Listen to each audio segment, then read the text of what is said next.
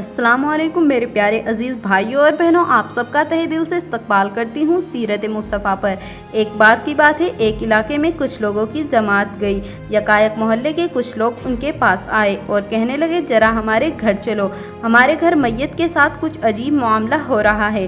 चुनाचे हम लोग वहाँ पहुँचे तो हमने अपनी आंखों से देखा, एक औरत की लाश कमरे में रखी है और बड़े बड़े कनखजूरे उस लाश के चारों तरफ मुँह खोले खड़े हैं। वे इतने खौफनाक शक्ल के थे कि उन्हें देखकर हमारे रोंगटे खड़े हो गए। जमात के लोगों को भी खौफ महसूस हो रहा था, लेकिन वे समझ गए कि ये किसी बड़े गुनाह का अजाब है। चुनाचे वे सब एक जगह इकट्ठे हो गए और अल्लाह से दुआ इस्तग़फ़ार करते रहे।